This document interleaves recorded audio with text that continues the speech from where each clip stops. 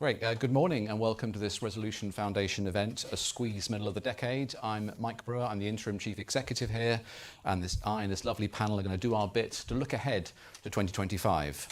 Now it's pretty cold outside, pretty cold in our basement, but don't worry, our panel are ready here with their hot takes, their dazzling insights, maybe even some searing critiques and incendiary put-downs. Well, see where the conversation goes. No pressure, guys. Now, in our advert for this event, when we publicised it before Christmas, we said that compared to the tumultuous politics of 2024, this year, 2025, should be a year where the business of government took centre stage.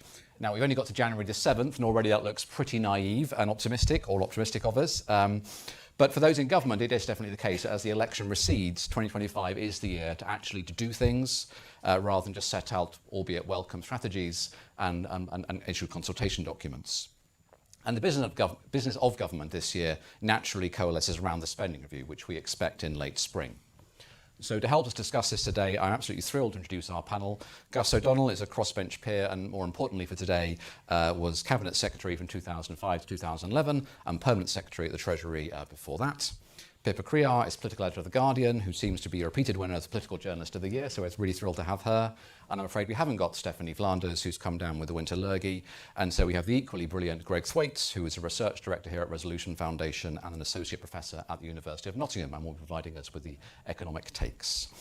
There's a fantastic audience in the room, lots of you online, I gather. If you are online, then go to Slido, and the code is 2025 Outlook. If you are in the room, there'll be a chance to ask questions as well. You can do that in person, or if you're socially awkward, you can also go to Slido and use 2025 Outlook as the code. I think that's all I need to say. And a slight change from our original format, I'm going to kick off with some slides. Our colleagues have put out some work today looking at the year ahead and what that means for living standards. So if you'll excuse me, I'm going to step to the lectern and just talk us through those to kick us off. Oh, a clap before I start. We'll go with this. Is that right? No, you see, I haven't presented for a while. I've only ever chaired for a while. So I'm not sure I can get the clicker working. Alicia's giving me signals, but I can't understand it. Will you be able to advance the slides, Alicia? If I just say next slide, please, thank you. I'll do my best, Chris Whitty. So, in thinking about the year ahead, we started off being fairly pessimistic. The consumers are not particularly happy. This is consumer confidence index. It's pretty low at the moment. It's albeit higher than the crisis we've had over the last few years, but it's basically about the level we are as we came out of the financial crisis and austerity period. So consumers are not particularly happy. On the next slide, you can see that slight gloominess is shared by most economists. This slide shows the actual rate of growth in per capita GDP, the main driver of living standards, and the consensus forecast for that over the next few years. And you can just see a very gradual downward slope of that line from left to right. That's the UK's ongoing stagnation. And for all the government's pledges and ambitions to get growth up, we're not yet seeing that in economists' forecast of GDP growth. And perhaps as a result of those two slides, if we look at the next one, we can see that the punters are also not very happy. This slide shows the net approval rate of the government. The right-hand bar is what people think about Keir Starmer's government, and we're comparing that to what people thought about previous governments at the same point in time after elections. Now, the Sunak and Johnson governments didn't actually have a great time 6 months after the election, but they had their own crises to deal with, so we can probably overlook that. So other than that, you can see that the popularity of the current government is, at this stage in the electoral cycle, is much worse than it's been for a while. The slide does say Starmer, but we are showing here the approval rating of the government as a whole, not for Keir Starmer as an individual, which would actually be even worse. So why might this be? Well, in today's report, we have put out a small report today, so I'm very grateful to my colleagues for doing that. And in that, we've tried to look at what might happen to living standards over the year ahead. And as I'll show you in a minute, the last budget made a great deal of putting up taxes to spend more on public services. And so to try and reflect that in this chart, we've done what the Treasury also did at the time of that budget and look at perhaps a broader measure of living standards, which takes into account not just disposable income, which is shown in the dark red, but also the benefits people can expect to receive from key public services, like health and education, the sorts of public services which are replacing what you might otherwise get in a private market, so not the pure public goods. And our outlook is for disposable income, for your take-home pay and so on. The outlook is for most parts of the income distribution to see falls. If there is going to be any people are going to see any rise in their standard of living over the next year, it's only going to come through that increased spending on public services shown in the lighter red, which for some groups overall is leading to a small positive, a small rise. For the top half of the distribution, it tends to lead to a slight decline, and that's particularly marked also at the very bottom, where they're most affected by welfare cuts. So the living standards outlook is gloomy, and we can unpack that a little bit more. There's sort of two things going on behind that. There's a bit that government can control directly and a bit that government can't control directly. The bit that government can control directly is the tax and the benefits and the public spending. And as the next slide will show you, as I've already said, the previous budget was a massive tax and spend budget, at least compared to the baseline that Jeremy Hunt bequeathed the Chancellor. So taxes went up by more than they have in any previous fiscal event. And on the next slide, you can see that was matched by a commensurately large increase in public spending. So if you like, the gamble that Rachel Reeves took at the budget, and which will play out in the year ahead, is that the voters will be prepared to overlook the rise in taxes if they can see the benefits of that flowing into public services. Will that actually happen is a key question I'll be putting to the panel in a few minutes. So that's the kind of what the government can directly influence in this living standards outlook. What about the bit that they can influence less well? And that's just the underlying strength of the economy. So the most important driver of living standards is what's going on in the labour market. This chart shows the growth in real earnings after the swings and roundabouts of the 2010s. You can see that the year ahead are essentially promising some more stagnating real earnings. The real earnings are growing very rapidly at the moment. That's almost certainly almost certain to be a cost of living catch-up, and most economic forecasters, crucially the Bank of England, think that will go away very quickly in 2025 and put us back to the essentially stagnating real earnings. So that's not great. And where are we on growth overall? So this is another chart that we put out just after the autumn budget. So the autumn budget did announce a significant rise in public investment, and that increased investment will move through into growth. But when is the question? And this chart shows the OBR's estimate of what that investment will do to growth in the line chart, and you can see that by the final year, it says 0.14 percentage points. That doesn't mean 0.14 percentage points on the rate of growth. It just means a one-off increase in GDP of 0.14%. So basically nothing in the 5 years. That's the real. That was the real challenge the government has, is that increasing public investment is the right thing to do, but we don't think the payoffs are very large in growth terms. If I wound that forward graph another 10 or 20 years, then the OBR do think it's a sort of healthier 1 and a bit percentage points, I think. So there are gains to growth, but they're not quick, right, with coming through public investment. If you go to the next slide. And yeah, so I said at the beginning, the spending review, I think, is the key policy and political event of the year. To remind you what the Chancellor set out in the autumn budget, there was a splurge in public spending, which is shown in the light blue bars on that. That's the extra money going to day-to-day public services from the budget. But you can see that's very front-loaded. So there's a fairly large increases in the current financial year and the following financial year, the one starting in April, but there aren't really any increases after that. And what that means is that the spending envelope for the period of spending review is a tight one. Yes, there's lots of money in the short run going into health and education, perhaps to prevent crises. But when it comes to the spending review later this year, where the Chancellor is working out what each department will get, there are for sure going to be losers. And that's that will be in the so-called unprotected departments, the ones that are less favoured. There are definitely losses to be shared out between departments, and so it will be good. I'll be pushing the panel on how they think the politics of that will play out, and which departments they think are most likely to be affected by that. Okay, but perhaps I'm very easily slip into doom and gloom and cynicism mode. So there are, of course, some reasons to be optimistic. I borrowed these from two commentators. The first one I think I'm borrowing from Polly Toynbee's article in this morning's Guardian. and that's not just because Pippa's here. Polly pointing out that this is, of course, the year in which some of the politicians' pledges and promises do indeed turn into action. And particularly for Resolution Foundation, we campaign for low to middle income families, the combination of the renters' rights, employment rights. I know not all of these will actually happen next year, but also the higher minimum wage, which will happen this year, will be transformative for some low to middle income households, providing security in their work, their living arrangements, and improved family finances.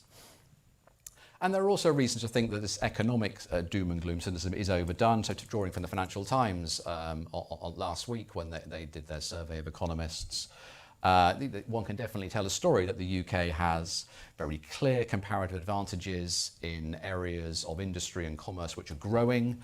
And because we're not particularly dominated by goods trade, we're not that vulnerable to any sort of tariff war that might break out next year.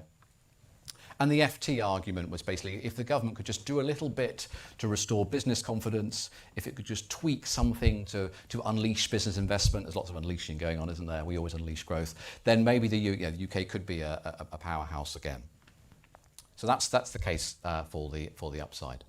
So that's all I wanted to say. I'm going to go back to our panel now as I make my way back to my seat. The questions we set them were on the slide. How should the Chancellor, and indeed how should the Prime Minister navigate the spending review? I know Gus wants to talk about number 10 as well as the Treasury, which given his experience is absolutely right. What other big political decisions are coming this year? I'll invite Greg to talk about the upside and downside risks on the UK's growth outlook, and all of our panellists I think will be also thinking about what's going on outside the UK. We had a little bit of discussion in the green room about Canada. That's probably not that's very interesting, probably not the most important country affecting the global outlook next year. It's probably their southern neighbour, but there may be other things we haven't thought about too. So if we can move on the slide, that's all from me, and Gus, hand over to you. You're welcome to sit at your seat. Thank you. I'm very happy if they can move the slide back one so we stick with the questions so I remember what I should be answering. So the first one was how should the Chancellor navigate the upcoming spending review? And for me, this isn't about the Chancellor, this is about number 10. If you think about what's gone wrong so far, and I was quite pleased by your slide that Blair and Cameron, which are the two I was involved in, did the least badly in terms of those transitions, in terms of how the government came out of it. And of course, that was a lot to do with the inheritance, right? 97, very strong economic inheritance. Come in this time, really bad time, but some political missteps very early on. I just still cannot understand why you do the winter fuel allowance not in a budget, right? It's just, oh my God, So there's something gone wrong. And I think the thing that's gone wrong is not the Treasury, it's number 10. I think the absence of economic input in number 10 is really crucial. Right? That's where we're falling down at the moment. If you think about the Prime Minister, he worked for me as a public prosecutor, I think is the term he uses now. Great, he understands the criminal justice system very well, as we observed when he dealt with the riots. Knows that really good. Economy, so you put around you various people who know about the economy. So the Principal Private Secretary, Lynn Pandit, wonderful, great expert on the NHS. Come on, we really need number 10 to understand the way in which spending reviews operate and the political challenges that's going to make, right? Because what will happen in this spending review, as Mike's charts excellently showed, is there'll be a few winners and a large number of losers. And those secretaries of state will then want to go to the number 10 and say, this is outrageous, this shouldn't happen, we need more money, I can't meet your missions if blah, blah, blah. So there'll be all of that. Number 10 needs to understand how the spending review process works. I was thinking of, who would I have in there? Well, I'd have Sharon White, who ran the spending reviews in the Treasury, oh my God. But a lot of very senior good people who left the civil service during the bad years, let me put it that way, are not likely to come back or very unwilling to come back when they've seen how people like Sue Gray were treated. So there is a real problem there. And so number 10, number 1, needs to understand, and this is to the advantage of Rachel Reeves. The Treasury will lose, as it has done because of the winter fuel stuff, its ability to manage a spending review really well if number 10 doesn't engage in the right way. Now let's think about what engaging in the right way might mean, and therefore what are the challenges of this spending review? Well, let's assume the spending review actually wants to be targeted around the 5 missions and the milestones. We're all learning all the different words to use for all of these. So we start with growth, right? Living standards. So the original mission on growth was the fastest growing G7 country, and you forget it, right? I mean, like, that's gone on the back burner, thank goodness. Everything I hear from the US, bizarrely, US businesses, it's like they are going to grow quite rapidly. They think low tax, low regulation. I have never seen so many people, and I go there a lot, who are so optimistic about US economy short term, and therefore strength of dollar as well. So I can see that will be a strength, and that helps the UK, obviously, through exporters. But if we want growth in living standards, if they fail the milestone, they will be the worst government pretty much in living memory. Right? You cannot fail not to raise living standards by a small amount, and there's no number, right? So, tick. They will pass that box. If you want proper growth, right, serious growth, you need to do a lot more. I haven't got time to go into the details of it, but if you want to know what they are, the person who can tell you, another person I would hire back in, is John Kingman. John Kingman, chairman of Legal & General, was in charge of growth and productivity unit in the Treasury. Together we wrote the papers which tell you how to put growth up. There is no problem about knowing what you need to do in terms of changes to regulations and planning to do that. However, the reason none of these have been done is they are politically incredibly difficult. And in the end, the politicians go, yeah, right, thanks, Gus, that's why you're a civil servant. And so it doesn't happen.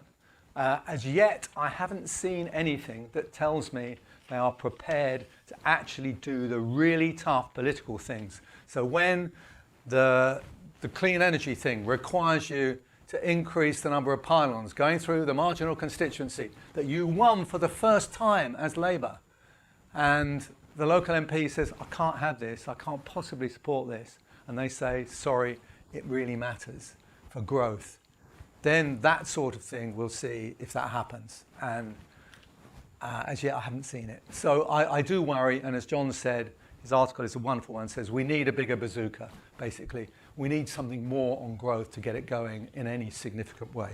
So that's the growth part. If we look at the rest of the missions, the NHS, right, so that's one of the protected areas, and so there will be more money for the NHS.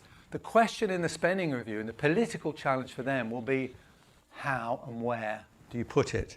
Ara Darzi, right, they got Ara, who I've worked with very well, great guy. I quote from his report, too great a share is spent in hospitals, too little in the community, and productivity is low, right? Now, if you think about what they're doing in terms of the money that's been announced and the milestones that have been announced, they generally will end up with money in hospitals. Some of it will be through community centres, I admit that, but basically it's not really going to target this thing that Ara points out, this problem of the very, very small number of GPs we've got, for example, and the problems there. So the question will be not just how much does health get, but what's it going to do with it?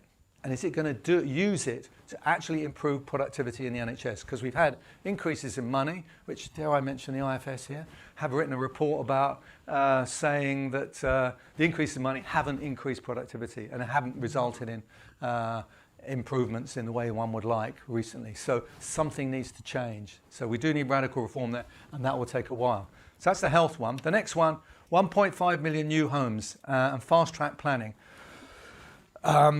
Dream on, I'd say. Unless you're prepared to do those political things I mentioned, you're not going to do it. In terms of fast-track planning, I'm afraid I'm quite sceptical because I'm on the board of Wimbledon. We are trying to develop Wimbledon Park, a private golf club. We're trying to turn it into a public park and some outside grass tennis courts and a stadium. It's going to be years, right? We are stuck in the planning system, judicial reviews, you name it. I mean, things don't happen. So it does need something dramatic. Police, right? More police on the beat. This is a classic example of the way the milestones work. 13,000 more officers. Actually, no problem, right? You can deliver that really easily. You just hire 13,000 more people. Does it make any difference, to use the Tony Blair phrase, does crime go down or fear of crime? That's kind of crucial. So I suspect there will be money for more police officers in the spending review, but will it deliver what they want? Good question. Securing homegrown energy. Here I would say there's actually quite some positives. I think lots of stuff on onshore wind. We are starting to see, and we've already seen that the policies towards wind and the like are very positive. There's an enormous amount of private capital willing to invest in the UK. And I say this, I should declare, I'm on the main board of Brookfield Corporation, which basically owns wind farms around the world. Mark Carney is the chair of our subpart, Brookfield Asset Management, who knows all about energy and transition. So we have a lot of money to put in. It's there. There is no shortage of private capital. It does not need public money up front, which is the great thing for the spending review. All you need to do is get the contracts right? And that means long-term, predictable contracts so you can invest safely. So there's a massive opportunity there.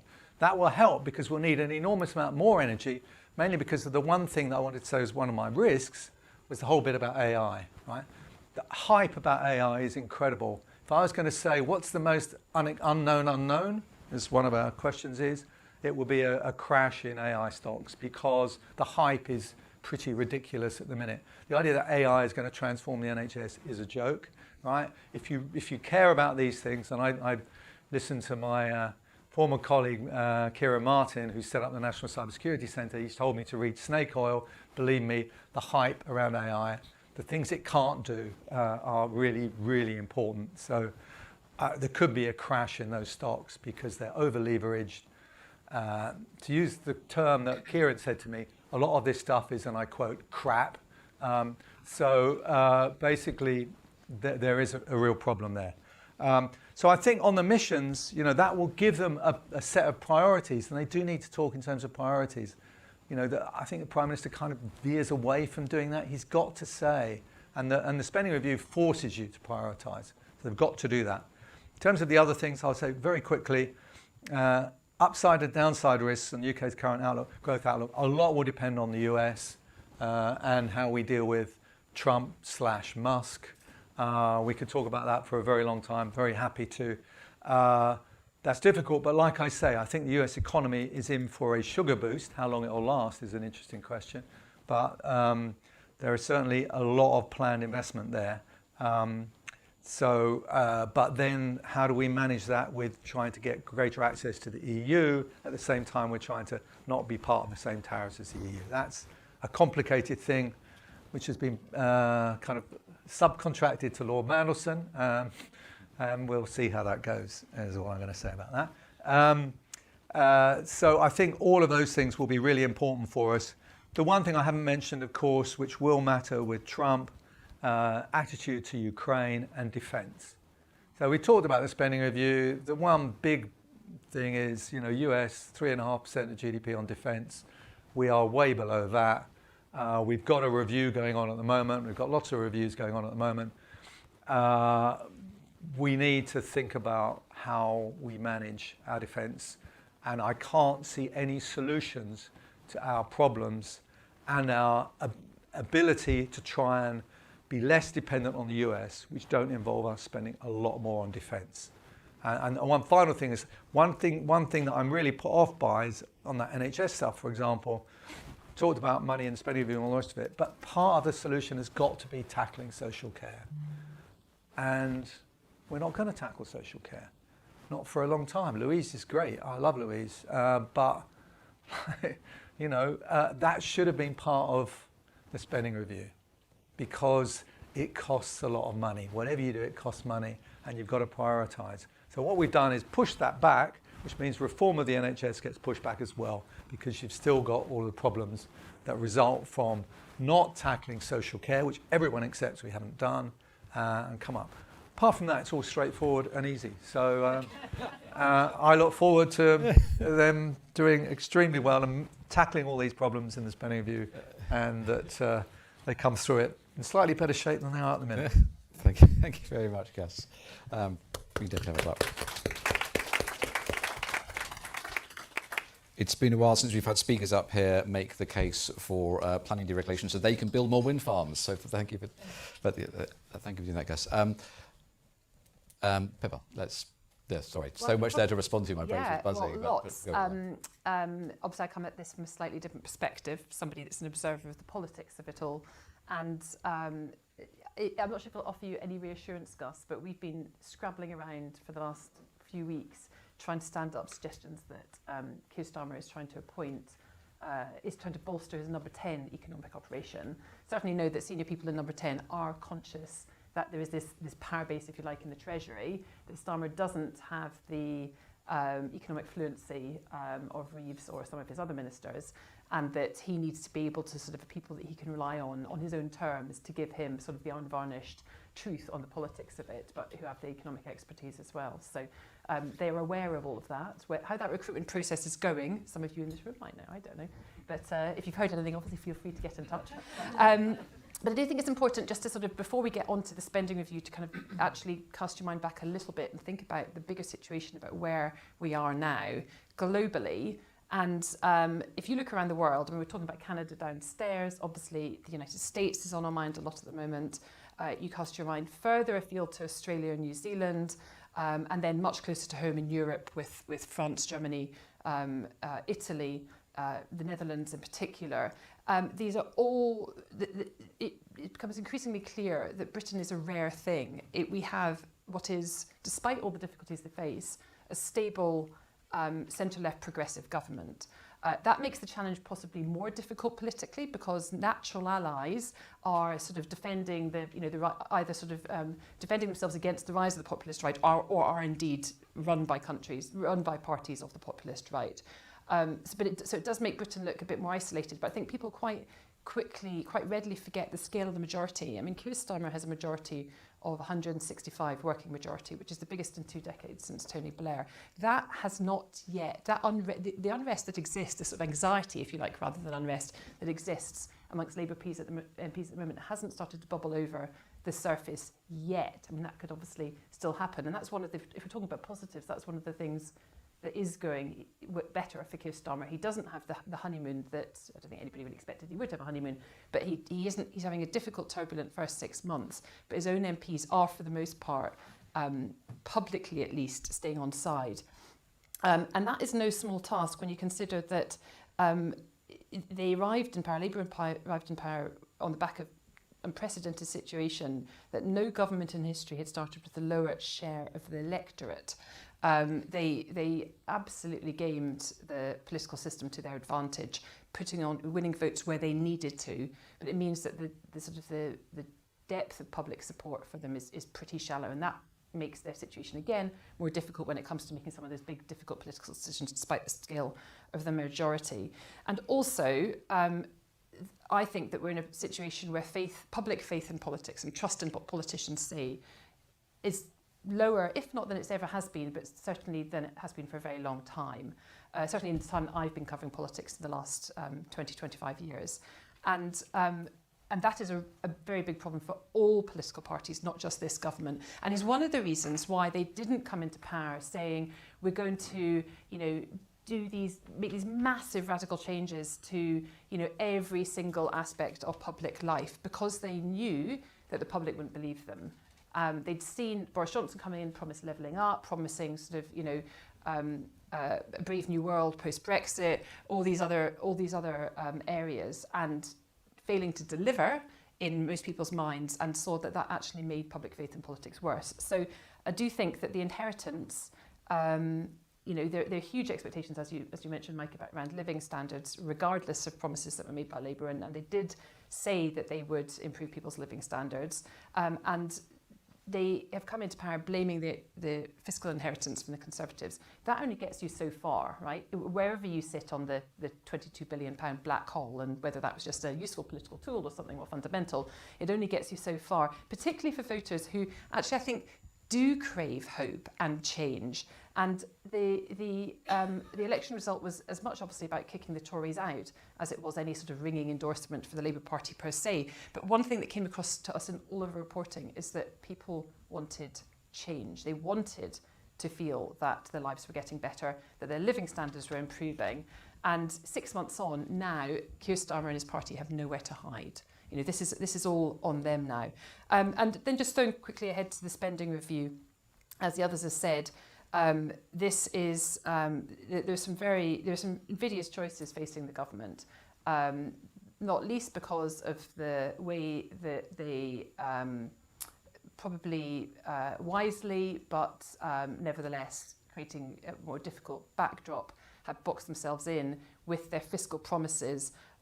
Rachel Reeves has said that there's not going to be any more tax rises. She said that there's not going to be any more borrowing. And they've said that there isn't going to be any more austerity. Well, if you don't get growth, where does the money come from? And they have huge spending commitments. £22 billion that went into the NHS at the budget was, of course, the envy of other departments. But as the chart said, you know, the spending was front-loaded. What comes next? The NHS is going to need more money. As Gus says, the MOD, there's going to be huge pressure, particularly from the states, for defence spending to rise. It's 2.3% of GDP at the moment.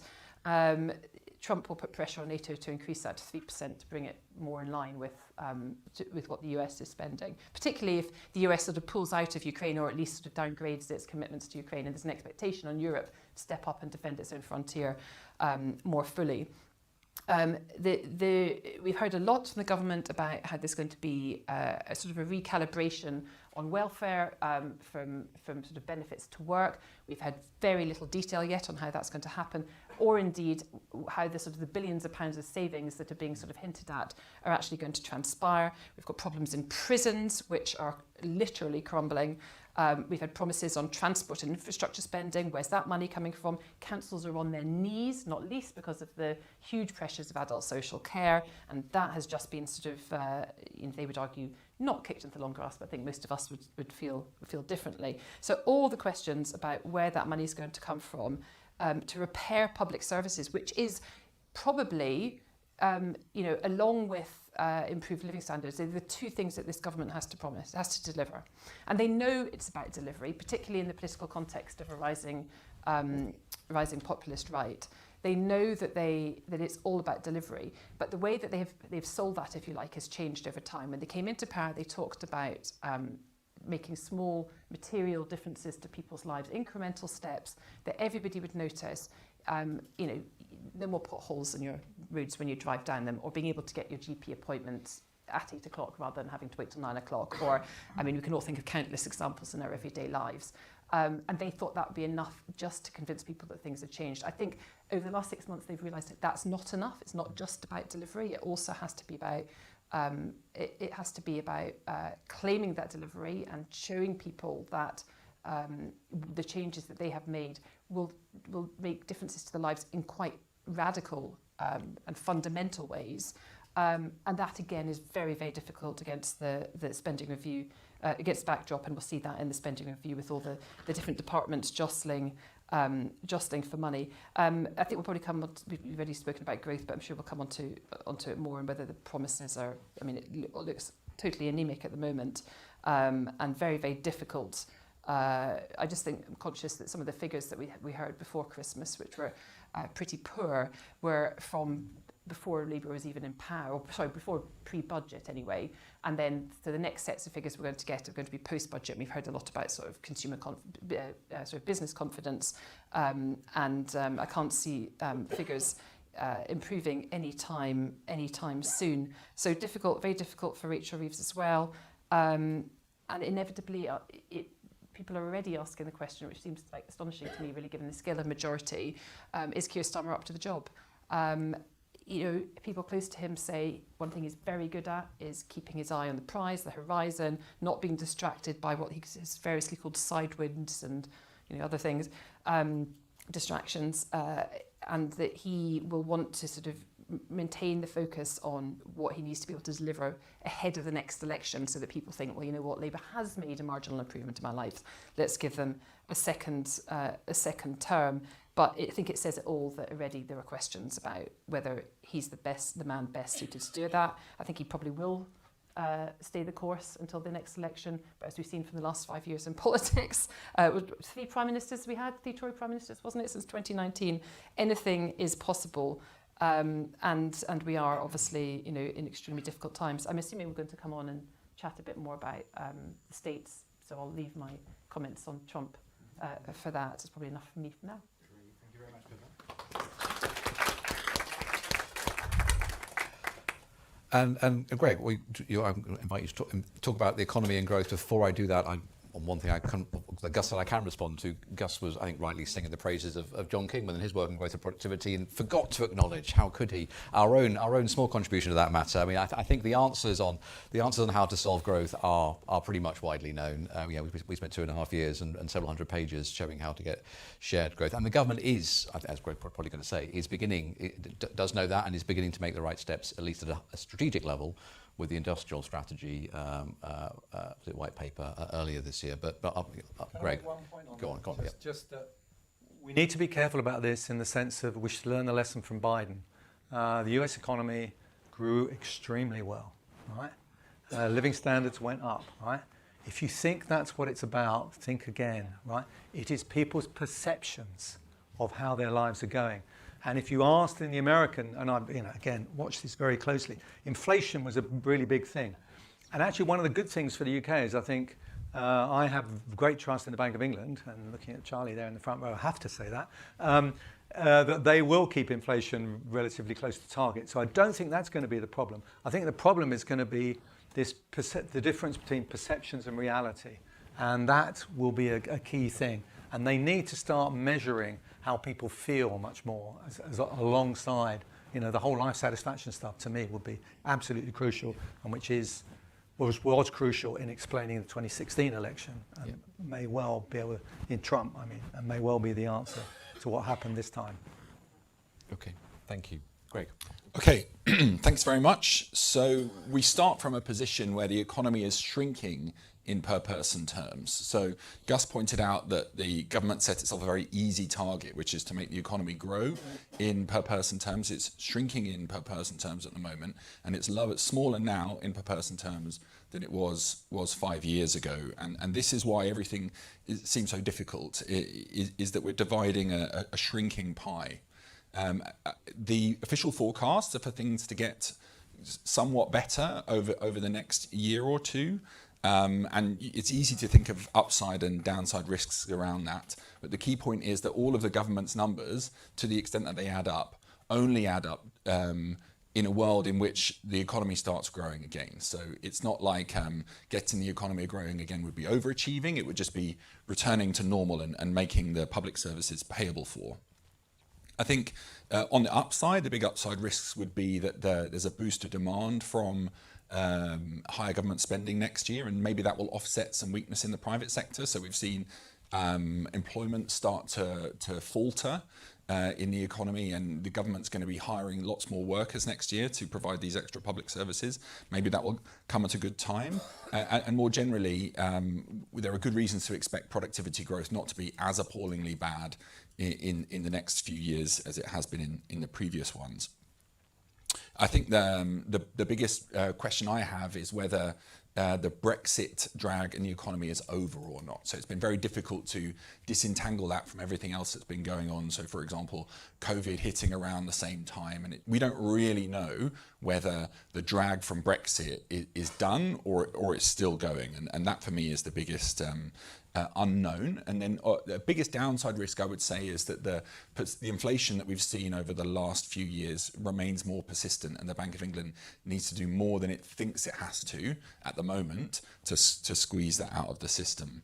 So how are we going to turn this around? Well, I think the first thing is to avoid unforced errors, and I think the two biggest ones of recent years would be the mini budget of Liz Truss, and then much more materially leaving the European single market and customs union, which we didn't have to do, and which are hugely costly for the economy. So not making mistakes like that would be a great start, but I think there's more that can be done. So this extra money that's going into the public services has to be spent well.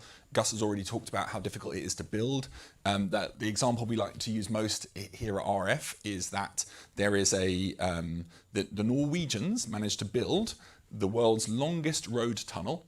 And if anyone's tried to buy a beer in Oslo, Norway is not a cheap country. They managed to build the world's longest road tunnel for less than we've already spent on the paperwork for the Lower Thames crossing. No one's even picked up a shovel yet. So that's how bad things are. There are also problems with adult skills, and I think there's more that can be done to liberalise trade with the world's largest single market 20 miles away than is currently planned, and there's more that can be done without crossing the government's red lines.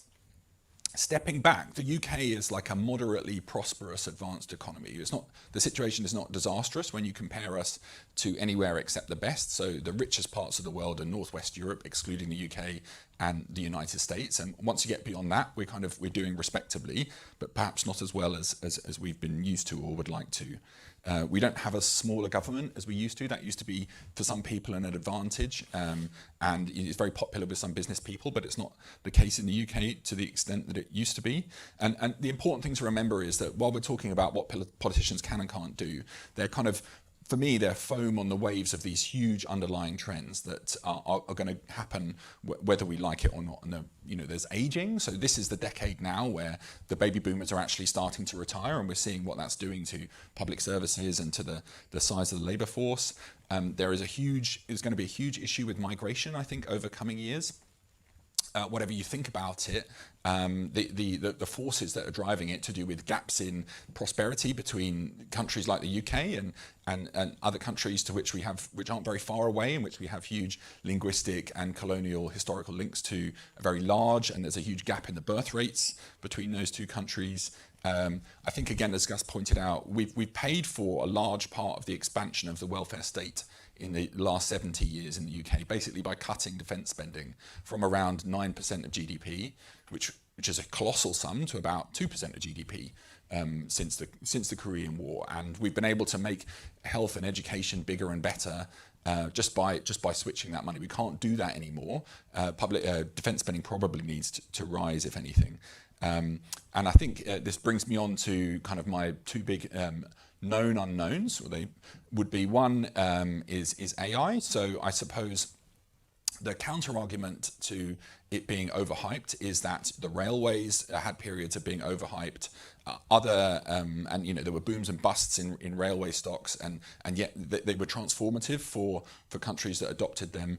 It took decades. And then if you think about other general purpose technologies, printing, electricity, these were hugely disruptive things that took decades. So I don't think it's going to save the NHS in 2 years. I don't think we're going to be seeing bands of angry, unemployed accountants roaming the city in 6 months' time. But I think in the medium to long term, we could expect a huge amount of disruption and maybe progress coming from there. And then the other one is great power conflict. So when people look at the past of great powers coming to challenge hegemons, so if you look, for example, the second half of the second millennium, it was Spain, then it was France, then it was the Netherlands, then it was Great Britain, then it was the US. The transition from Britain to the US was the only peaceful one of those transitions, and all of the rest of them involved major wars between great powers. And so we're moving to a world, I think, where the 21st century is going to look geopolitically a bit more like the 19th than the 20th, so less about ideology, more multipolar, and possibly more violent as well. So if I hadn't depressed you enough already, that's where I'm going to end it. Great. Thank you very much, Greg.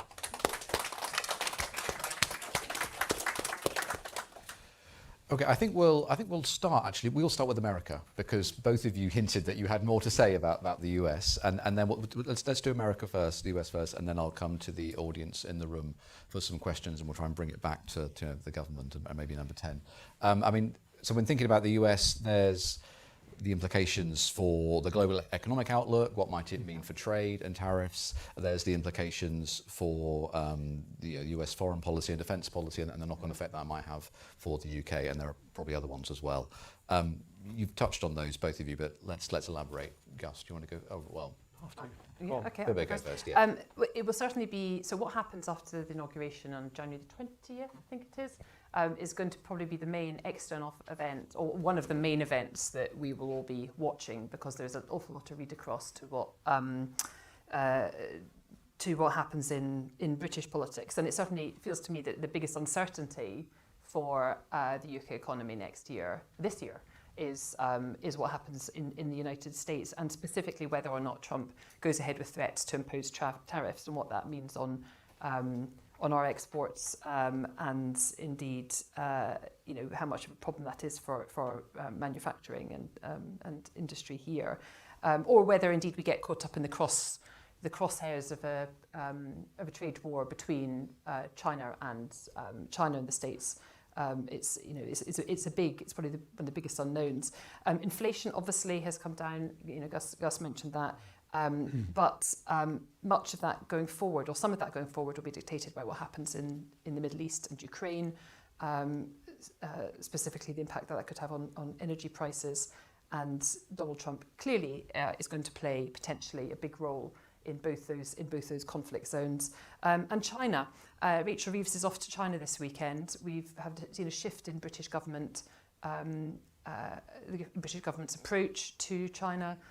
Since moving on from sort of the real sort of hawkish approach of some of the previous Conservative administrations, not yet back to sort of the Cameron, Osborne golden era, but Reeves and David Lammy and Keir Starmer trying to plough a more sort of what they would describe as pragmatic course. So reaping the benefits of the relationship, as well as obviously being deeply conscious of the national security implications.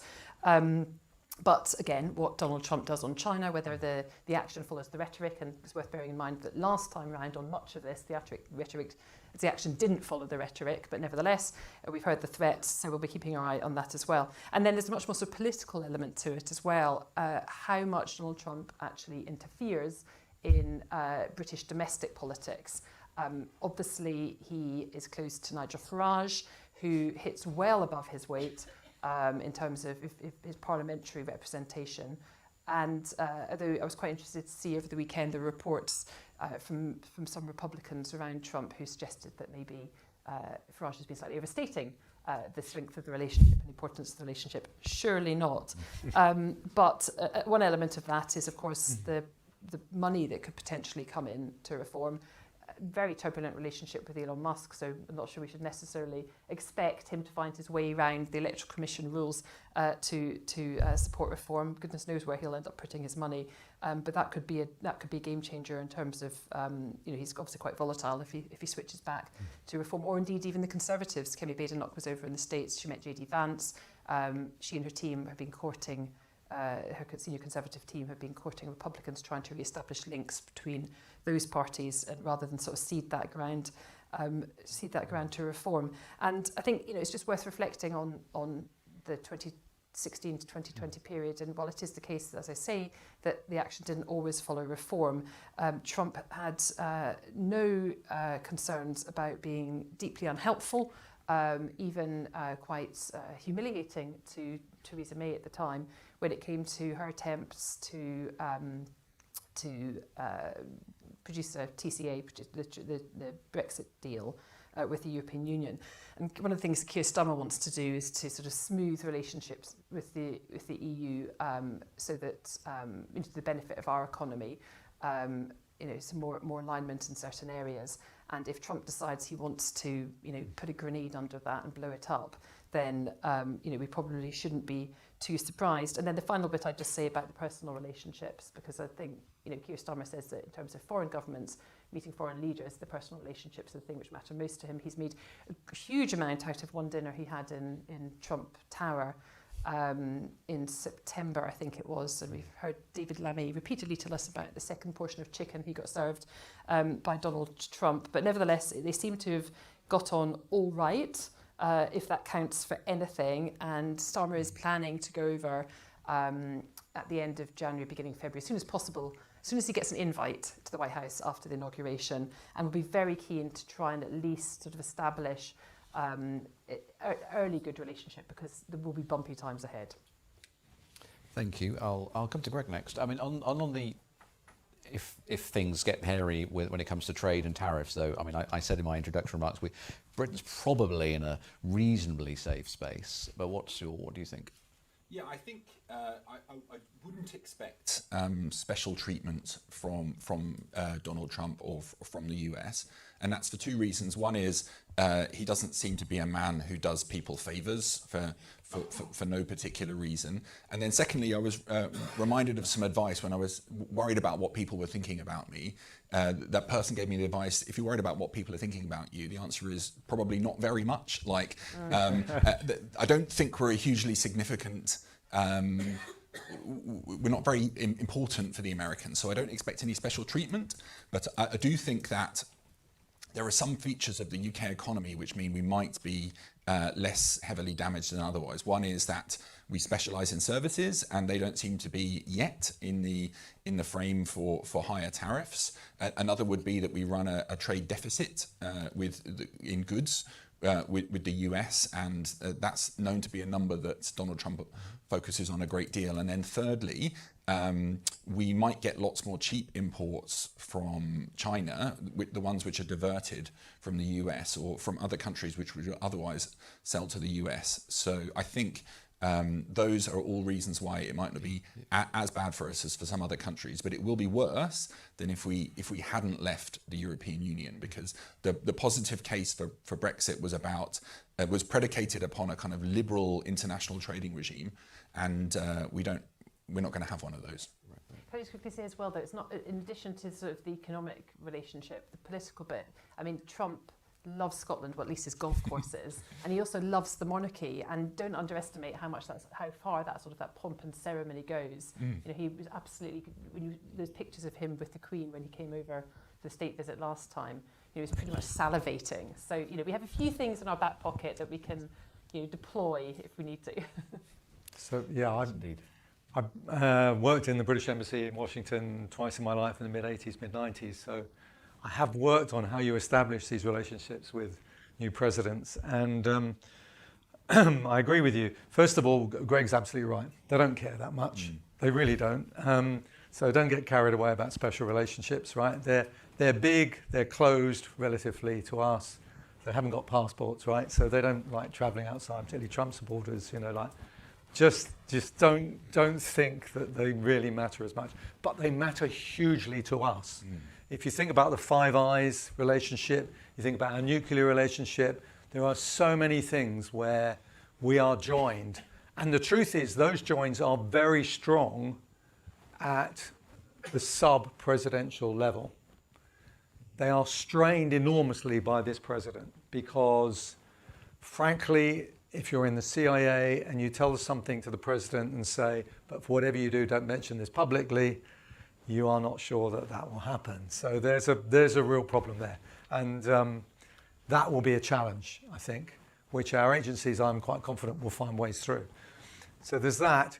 The other point is, I think, on the way he's going to operate, I think he is, number one, unpredictable. And there's going to be a few things which we hadn't expected. And some of these will cause crises for us. What I worry about is, with the current government here, we've had one crisis, the riots, which was right in the sweet spot of Prime Minister. The next crisis may well be completely different. And we really need to make sure that this government is ready, does the work on crisis management, right? Which is very kind of nerdy thing to do, but really, really matters because you don't have time. You have got to rehearse certain things. So if Trump says, I'm pulling out of Ukraine, there is a massive crisis. Are we ready for that? The other thing I'd say is the politicization of the US civil service. You know, another, God knows how many Trump supporters in charge. Is the Department for Education going to be abolished completely? I mean, like, there's all sorts of things. You just don't know with Trump. And you have to live with this uncertainty. So, but I agree with you. Golf and letting him win at golf and letting him have pictures with the royalty, there's some pluses It's that we can use. Golf. Not at the moment, Well, but, you know, I think that's he's got to, given that, you know, Manchester United is going to beat Arsenal out of the cup, he'll have a lot of time that he's not watching Arsenal, that he can go and learn to play golf, and that might be, oh, God forbid. But yeah, we are getting desperate, I think, when we're going down that route. Thank you. Bringing it back to the UK economy and politics. You mentioned there the government's doing some sort of defence review at the moment. I've forgotten the words in it, but that began that began before we knew that Trump was going to be the president, and I think really at the time it was Labour couldn't even commit to getting to 2.5% of GDP, and I just remember the budget looked fine with a prospect of perhaps getting to 2.5% at some point in a distant future. But if once you throw into the pot the idea that we might have to get to 2.5% quickly and beyond, it's a huge amount of money as well. I was on the Poland and Germany trip with Sunak. Was that his last foreign trip, I think, as Prime Minister? But we went to it was a NATO trip to Poland, and then he went to Germany. It's all about defence spending. We were given this sort of briefing paper on how they were going to reach it was 2.5%, I think, the NATO target by 2030, and it was a confection. I mean, absolutely, you and others commented on it at the time, but it was made up numbers to say that they were going to get there by 2030. So the reality of getting there is pretty difficult, particularly given all the other pressures and the domestic pressures which the government's going to face. I mean, there's no easy choices here. I think what you need to realise, the defence budget, a vast amount of it goes on our nuclear deterrence. And on pensions, stuff like that. If Trump withdraws from Ukraine support in the way he has, there'll be the biggest shortfall that happens immediately is armaments and weapons, and we don't have the capacity to produce them at the right speed yet. So we would need to reallocate. What I'm saying is, again, it's not about just the number or X% of GDP. It's about what you spend it on. And I think within that whole budget, they're going to have to think about the way in which we do nuclear deterrence as well. I think in a world where Putin's been threatening on nuclear stuff, clearly we do need a nuclear deterrent, I would say. But there are different ways of doing it. Yeah. Okay, thank you. I can see we're going to have some of the defence think tanks beating down our door soon, saying why are we on their turf? But no, it's absolutely one of the big risks of 2025. I'd like to take a few questions from the room, if that's okay. We'll take 3 and then invite the panel to respond. We'll take the 2 in the front row, if that's okay, and then the gentleman over there. Do you say where you are away from? Thank you. Andy Sellers, so I'm from Silicon Catalyst. We're an incubator for semiconductor startups. And previously I've set up a compound semiconductor catapult, which is a research technology organisation. My question is, to what extent do you think devolution across the UK will play and support the government's missions in terms of growth and the other missions? Thank you. Yeah, that's a good point. No, we haven't talked about that so far. Sorry, hi, Claudia from Teach First. You've highlighted, Gus especially, that people need to feel as though they're better off, and also that we need to rehearse crisis communications.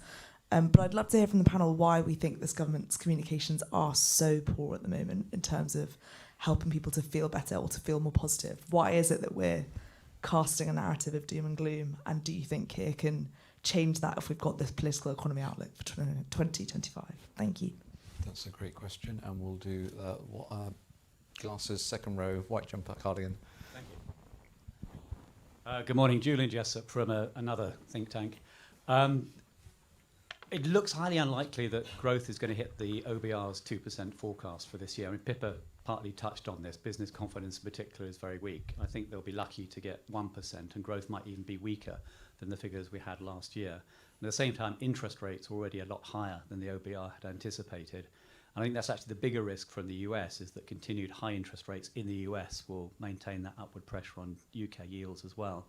So given that we're likely to have another black hole in the public finances, how do you think Rachel Reeves is likely to respond, and how should she respond?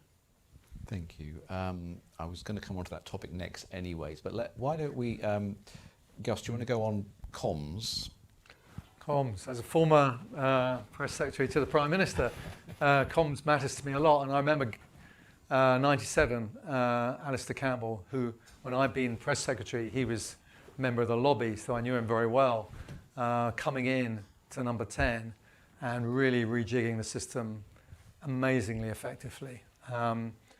And I haven't seen that this time, to be honest. And that's I think, been quite a big gap. So I'm hoping they will get there on comms. And it is a lot about this question about how people feel as well.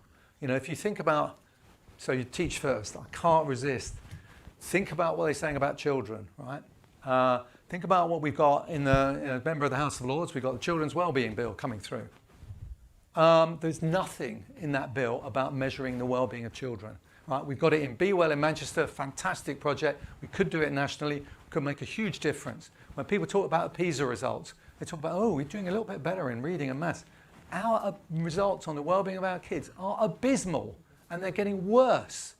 And there is nothing that they are doing to address this. And that is what parents feel. Mm-hmm. My kids are really, not happy. The mental health crisis we're having and all the rest of it.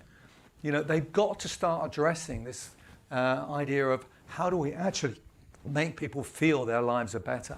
And that's going to be, through children will be the best place to start all the way through. And the comms needs a vision statement, like we've got fixing the foundations, but that is not inspirational. Why do you fix the foundations? You fix the foundations so you can build something good on it. Building better lives would be quite nice to start with. Better lives with higher living standards, better well-being, but it's not there. And I, as a former press secretary, I kind of think, come on, guys, this is relatively easy.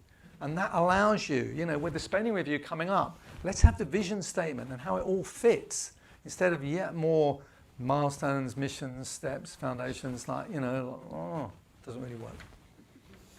It's this sort of tension between, they thought a technocratic would, we're sensible, we're technocratic, we'll get things done, would do it. But I think what people are saying, they're finding that's not enough, is it? It's not technocratic. I remember one of the first interviews I did with Keir Starmer, which I think was the first one after he won the Labour leadership contest. And I sort of went in, it was like, first question was like, well, what's your big vision? And there was sort of like this, drawing in a breath. And I was told later that Keir doesn't like the V word, the vision word. I was like, well, why on earth don't you have like a vision or a sort of an idea of what the future of the country is going to look like and feel like to people? And they were like, no, he's much more about just getting things done. It's like, well, okay, that's all very well. And you need that, it's that whole sort of thing when they took power, you need that sort of, material change to people's lives so that they can notice that we talked about. But you also need to be able to inspire people and give them a little bit of hope. And we always get accused on this sort of progressive liberal end of the spectrum of like, talking about, they need a better narrative, they need a better story, it's about language. Of course, it's not only about language. Delivery is the most important thing. But my God, the language helps. It's not that hard. And I absolutely agree with Gus, having sat and watched them and previous governments come in. I mean, I think their comms team, when they first came in, was underpowered, and they're starting to address that now. I think they were unprepared, generally, for some of the things that government was going to throw at them. They'd focused so much on winning the election and not enough on what was going to come next.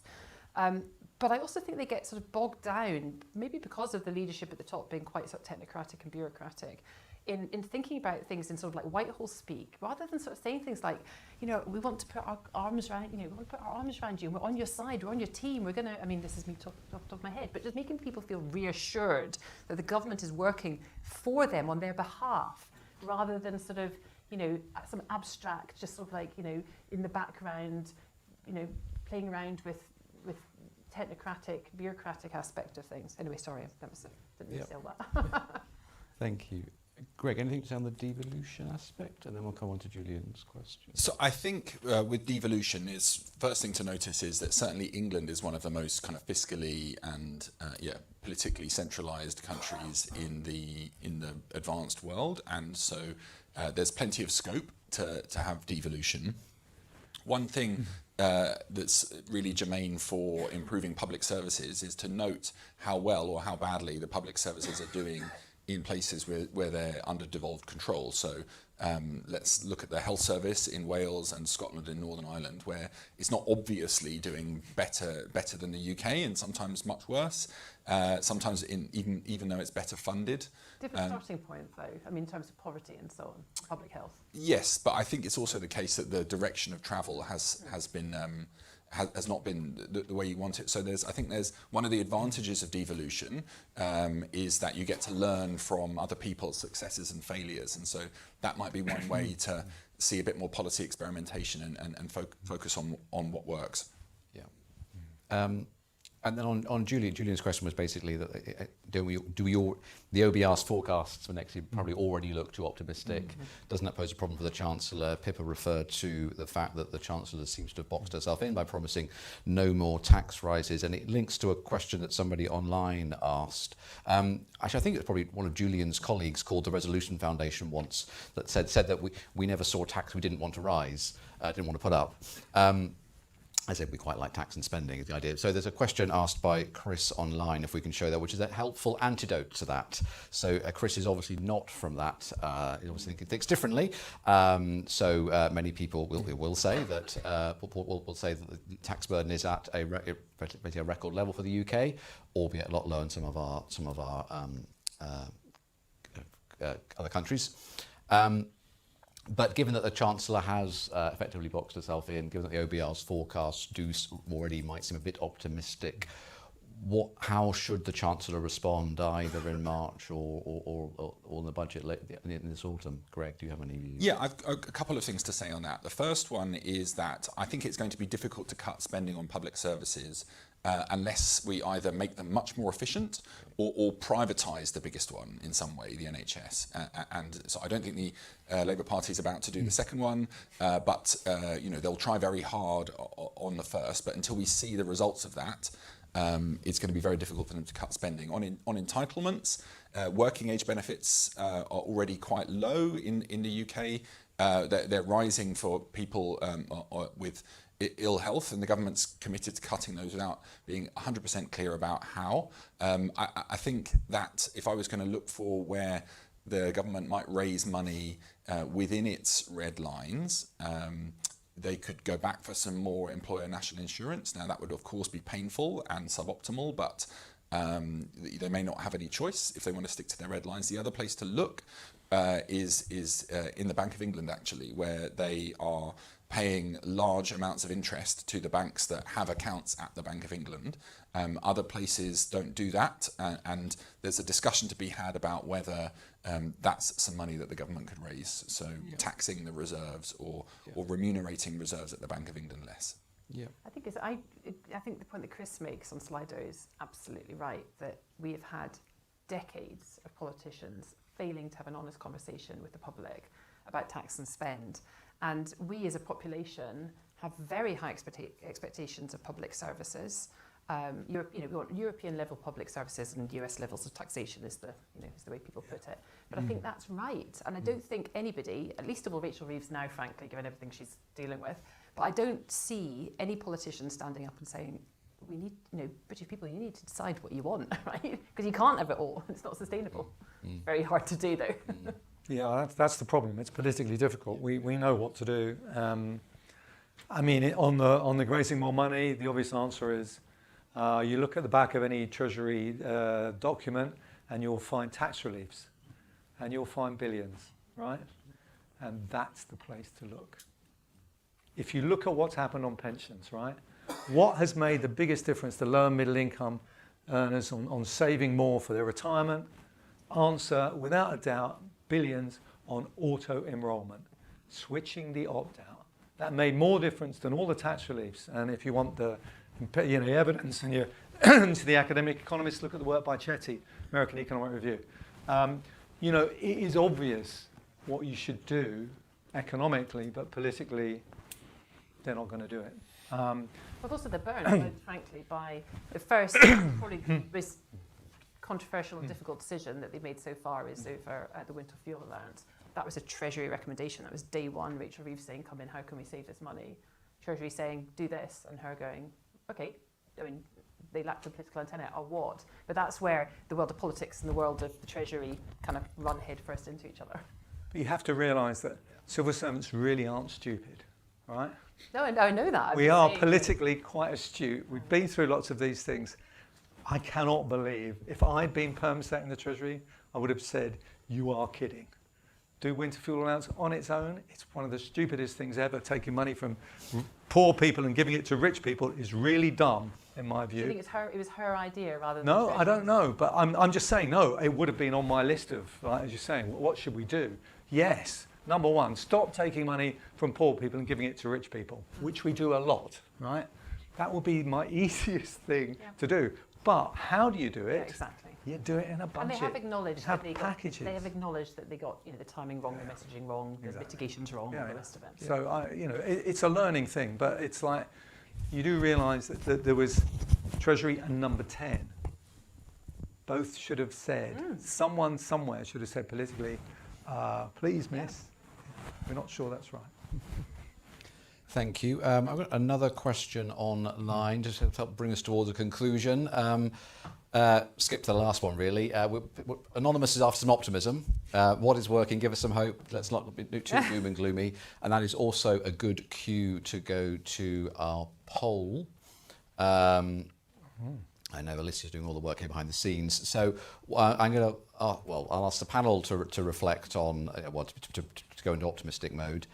Whilst you guys at home or in the room look at our poll, what do you think is the most likely upside surprise for the UK economy in 2025? We've not talked too much about pay and prices, but Greg touched on the fact that earnings are growing rapidly at the moment, although forecast to come sort of crashing to a halt in 2025, but maybe the pay boom will carry on.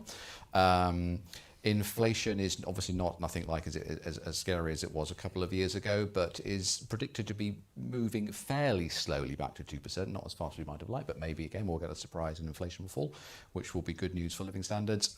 Maybe we'll get some good news in public finances. Julian thought it likely to be bad, but maybe there'll be good news, and maybe the voters will finally give the government the benefit of the doubt, or start seeing some of the benefits of public services.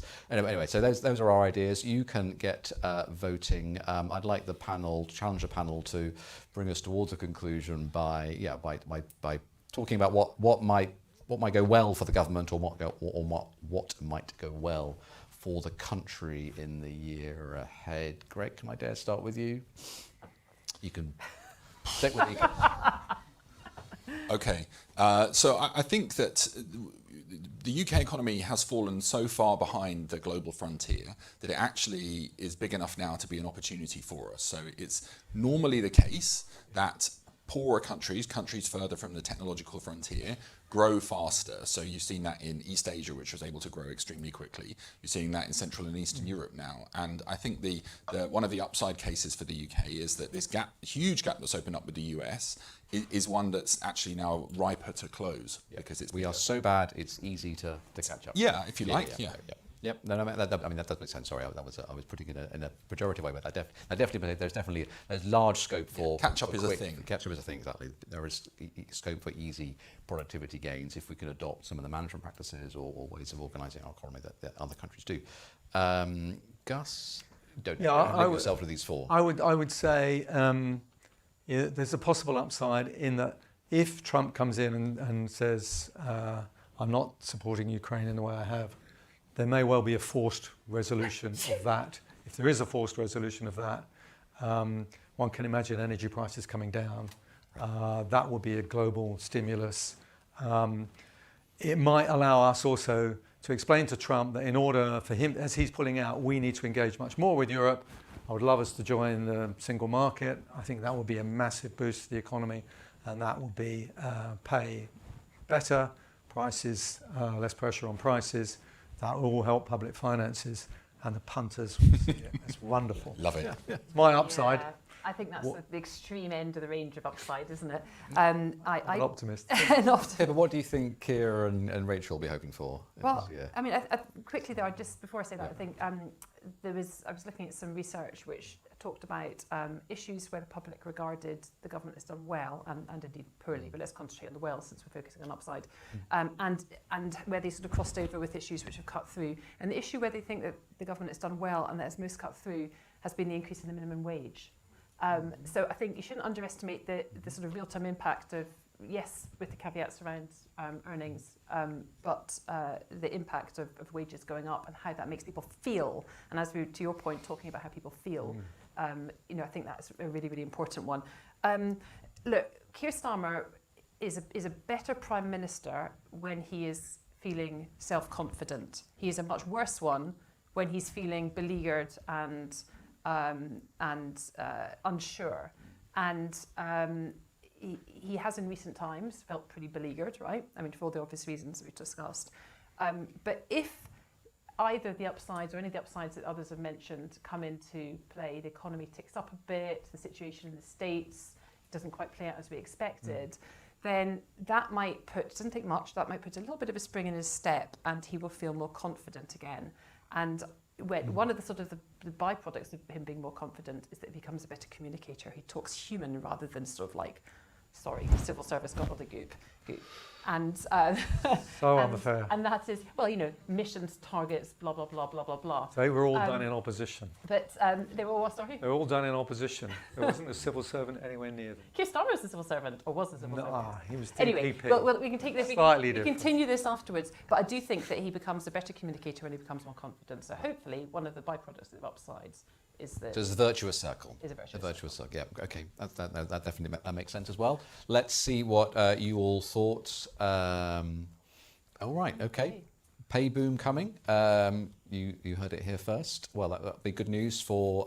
Yeah, Pippa's absolutely right. The minimum wage does have large cut through. Of course, that was a George Osborne policy to have a higher living wage, but now has universal support across political parties, and low earners are in for a 6% pay rise in April this year.